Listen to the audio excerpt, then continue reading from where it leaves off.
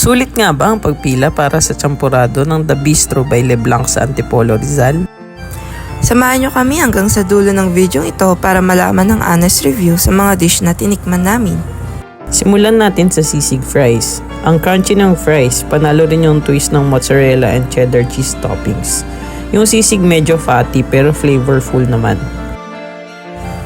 Next, yung bacon slab, makapal, smoky at super juicy. Sakto for sharing dahil medyo heavy siya. Flavorful at generous naman yung serving size. Itong steak and egg, medyo matagal dumating kaya malamig na yung bacon slab by the time na makompleto yung order namin. Buti na lang worth the wait naman. Sakto yung crust ng steak habang malambot yung loob. Plus, runny pa yung egg na pag minix sa steak ay creamy and satisfying. Siyempre hindi kumpleto ang pagpunta dito kung hindi namin matatry ang trending na triple chocolate champurado. Very appealing ang presentation kasi bubuhusan ng hot evaporated milk yung chocolate dome para ma-melt at ma-reveal yung champurado, top with powdered milk. For those who love sweets, this is heaven. Pero for some, medyo sweet talaga siya. Baka too much if hindi ka mahilig sa matamis. Kaya naman bagay na bagay yung danggit na kasama para i-balance yung sweetness.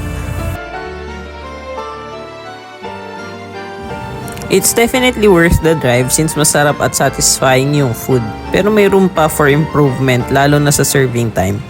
Hindi rin sabay-sabay dumating yung mga dish kaya kung gusto nyo mag-picture or video together, expect na baka malamig na ang food.